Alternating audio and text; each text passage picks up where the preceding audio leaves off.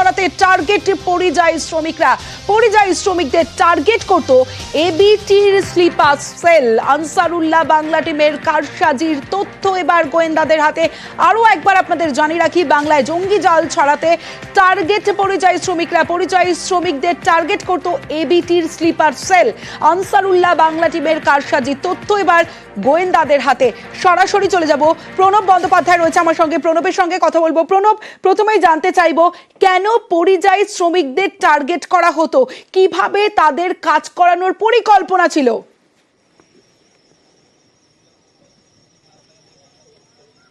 দেখো, পরিযায়ী শ্রমিকরা যেহেতু এখানে কাজ নেই, বাইরে যেহেতু কাজ করতো এবং তারা একাই থাকতো, সেই কারণে কিন্তু দুবাইয়ে কর্মরত যে সমস্ত পরিযায়ী শ্রমিক তাদেরকেই টার্গেট করেছিল। এবং তাদেরকে টার্গেট করার আরও একটা কারণ ছিল যে তাদের অ্যাকাউন্ট দিয়ে টাকাটা পাঠালে সেই টাকা কিন্তু ধরা পড়ার ক্ষেত্রে কোনো বাধা থাকবে না।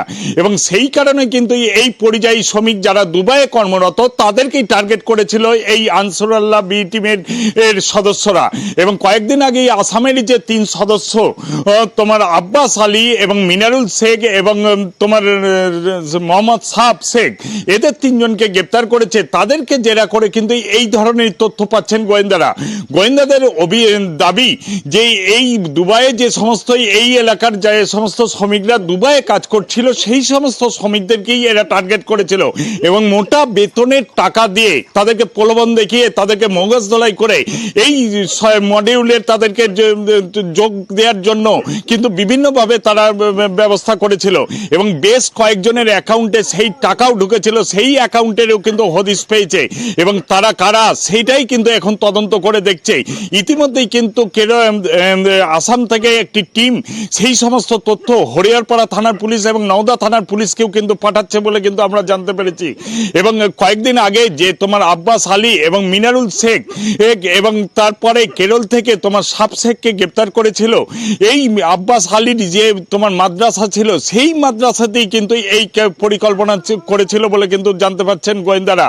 এবং এই তোমার এই আব্বাস আলী এবং মিনারুল শেখের যে ফোন থেকে 4টি যে অ্যান্ড্রয়েড ফোন তারা পেয়েছিল, তাদের মধ্যে হোয়াটসঅ্যাপ চ্যাট, সেই চ্যাটের মধ্যে কিন্তু প্রচুর যে দুবাই যারা কর্মরত তাদের কিন্তু নাম্বারের হদিশ পেয়েছে।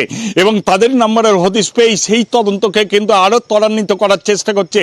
এবং এর সঙ্গে অন্ততপক্ষে কে কে জড়িত আছে যারা দুবাই কর্মরত এবং দুবাই থেকে কিছুদিন আগেই ফিরে এসেছে, সেই সমস্ত শ্রমিকদের কিন্তু খোঁজ করছেন গোয়েন্দারা। এবং খুব শীঘ্রই কিন্তু আরও আপডেট কিছু পাওয়া যাবে বলে কিন্তু জানাচ্ছেন গোয়েন্দারাই। বেশ প্রণব, এবার সন্দেশখালীর দিকে নজর রাখবো, কারণ অভিযোগ ছিল শেখ শাহজাহানের কাকা শেখ জব্বার বেশ কয়েকজনের জমি দখল করে নেয়, আর সেই জল আদালত পর্যন্ত গড়ায়। হাইকোর্টের নির্দেশ, তাই সন্দেশখালীতে এবার ময়দানে ব্লক প্রশাসন। দখল হয়ে যাওয়া জমি উদ্ধার করে প্রকৃত মালিকদের হাতে ফেরানোর কাজ শুরু। আরো বিস্তারিত জানাতে পারবে এই বিষয়ে জিয়াউল।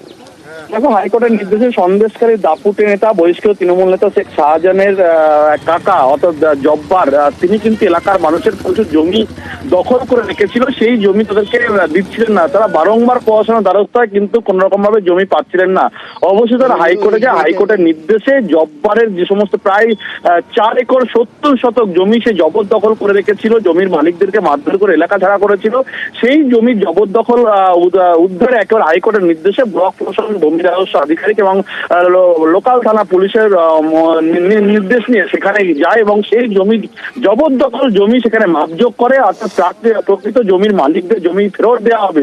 কিন্তু এই প্রশাসনিক আধিকারিকদের সামনেই কিন্তু হুমকি দেওয়া হয় যে কেন জমি তারা ফেরত দেবেন, তারা জমি ফেরত দেবেন না। ফলে যে দাপুটের নেতা শেখ শাহজাহানের এখনো যে প্রভাব এলাকায় রয়েছে সেটাও কিন্তু স্পষ্ট। ফলে ভূমি আর রাজস্ব আধিকারিকরা তারা কিন্তু জমির মাপযোগ করে সেখান থেকে ফিরিয়ে যেতে হলো, অর্থাৎ হাইকোর্টের নির্দেশকেই অমান্য করলেন সে জব্বার সহ তার সেখানকার এখনো সাঙ্গপাঙ্গ শেখ শাহজাহানের সাঙ্গপাঙ্গরা। অর্থাৎ প্রায় 4 একর 70 শতক জমি তারা কিন্তু আজকে মাপযোগ করে চিহ্নিত করলেও সেই জমি কিন্তু এখনো পর্যন্ত তার সে ফেরত দেওয়া হয়নি। ফলে জানিয়ে একটা বেশ আজকে আমাদের জমি একটা দীর্ঘদিনের সমস্যা, যেটা শেখ আব্দুল জব্বার আমার দখল করে রেখেছিল। এই জমি কোর্টের বারংবার অর্ডার হওয়া সত্ত্বেও সেই অর্ডার কোনো ভায়োলেট করে চলেছে, কিন্তু কোর্ট সেটাকে আজকের ফাইনাল রায় দিয়েছেন যে আমার জমিটা মেপে বুঝিয়ে দেওয়ার জন্য, এবং তার সীমানা স্বাক্ষর হচ্ছে। কিন্তু যারা জব্বার শেখ বা তার অনুগামীরা আমাকে হুমকি দিয়ে বলছে যে দখল দেওয়া হবে না, এখন পুলিশ চলে গেলে বাকিটা আমরা দেখে নেবো। শেখ জব্বারটা কারণ শেখ জব্বারটা অ্যাকচুয়ালি শাহজাহানের চাচা। বিজেপির সদস্য সংগ্রহ অভিযান, কিন্তু সেখানে যদি টার্গেট পূরণ করা যায় তাহলে নাকি পুরস্কার পাওয়া যাবে। হ্যাঁ, টার্গেট পূরণ করলেই পুরস্কার পাওয়া যাবে, এমনটাই সোশ্যাল মিডিয়ায় ঘোষণা বিজেপি বিধায়কের। বাঁকুড়ার বিজেপি বিধায়ক এমন ঘোষণা কেন করলেন প্রিয়ব্রতর কাছ থেকে জানবো। প্রিয়ব্রত, এটা তো করা যায় না, এমন কাজ কেন করলেন বিজেপি বিধায়ক? একেবারে শুনিয়া যে আর্থিক পুরস্কারের যে ঘোষণা করেছেন যে মোদির জ্যাকেট দেওয়া হবে 150 জন সদস্য সংঘ করতে পারলে, অন্যদিকে 75 জন সদস্য সংঘ করলেই 100 টাকা নগদ পুরস্কার যে ঘোষণা করেছেন বাঁকুড়ার বিজেপি বিধায়ক নীলাদ্রি শেখর দানা, সেই নিয়ে কিন্তু জেলা বিজেপি নেতৃত্ব তারাও অস্বস্তিতে যে এইভাবে কি করে আর্থিক ঘোষণা করলেন বা আর্থিক পুরস্কার দেওয়া কিভাবে যায় যে সদস্য সংঘ করতে গিয়ে। অন্যদিকে দেখা যাচ্ছে যে গত কয়েকদিন আগে এই সদস্য সংঘ অনেক কম হয়েছে, সেই কারণেই বিজেপির যে পোস্ট, সেই পোস্ট করা হয়েছিল বিধায়কের পক্ষ থেকে, সেখানে কিন্তু আবেদন করা হয়েছিল যে আপনারা সদস্য সংঘ করুন, নচেত যেসব পদাধিকারী রয়েছেন তাদের পদ থাকবে না। এর পরবর্তীকালে যে অনুরোধ, সেই অনুরোধের জায়গা নিয়ে নিল পুরস্কার। আর এই নিয়েই প্রশ্ন তুলছে তৃণমূল নেতৃত্ব যে পুরস্কার দিয়ে কি সদস্য সংঘ বানানো সম্ভব, যেখানে বিজেপি নেতৃত্ব কোনোভাবে বুঝতেই পারছে না যাদের বিরুদ্ধে মানুষের সমর্থন নেই, মানুষ সদস্য সঙ্গে অভিযানে সফল করবেন কি করে বিজেপি নেতৃত্ব। এই ঘটনায় যখন জয়বাদ, তখন তৃণমূল বিজেপি বিধায়ক নীলাদ্রি শেখর দানা তিনি অবশ্য 100 টাকা যে রেখেছেন হোয়াটসঅ্যাপে সেটা কিন্তু মেনে নিয়েছেন, কিন্তু তার দাবি এখানে লোভ বা প্রলোভন কিছুই না, পুরস্কার ঘোষণা নয়, মানুষকে বিজেপি কর্মীদের উৎসাহ দিতেই মানুষের সদস্য সঙ্গে নেমে পড়ার জন্যই থাকো। এই যে বিধায়কের তরফ থেকে এইটা ঘোষণা করা হলো, উপহার হিসেবে মোদি জ্যাকেট দেওয়া হবে, আর্থিক ঘোষণা, নীলাদ্রি শেখর দানার ঘোষণাতেই তৈরি হয়েছে বিতর্ক। এটা একটা কর্মীদেরকে একটা উৎসাহ জাগানো, মাঝে মধ্যে একবার করে উৎসাহ দিতে হয় না, তো সেই উৎসাহ দেওয়া হচ্ছে।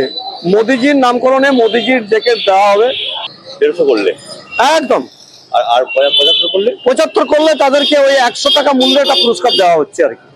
কিন্তু এটা তো একটা লোভ করানো। কোনো লোভ নয়, আপনারা মনে করছেন লোভ। যে সদস্য সংগ্রহ অভিযান চলছে সেখানে আমরা চেষ্টা করছি সর্বোচ্চভাবে সর্বোচ্চ পর্যায়ে যাতে সদস্য হয়। আর সেই ক্ষেত্রে আমরা রাজ্য বিজেপি যেমন বিভিন্ন জেলার যারা সর্বোচ্চ পর্যায়ে আছে তাদেরকে সম্বর্ধিত করছে।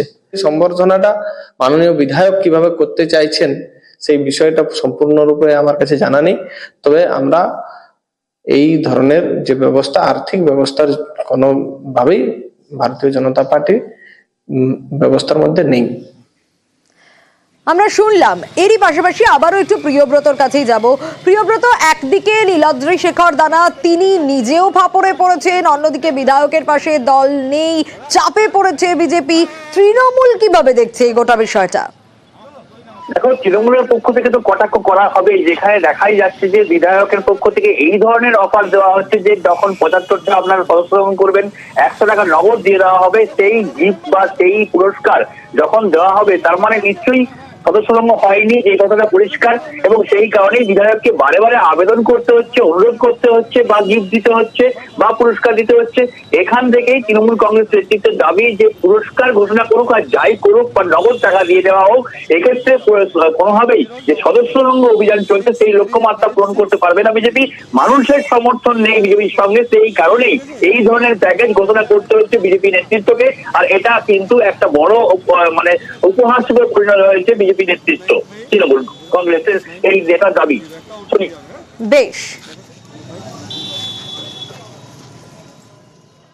যে বিজেপির কোনো জনভিত্তি নেই, জনগণের মধ্যে ওদের কোনো সমর্থনই নেই।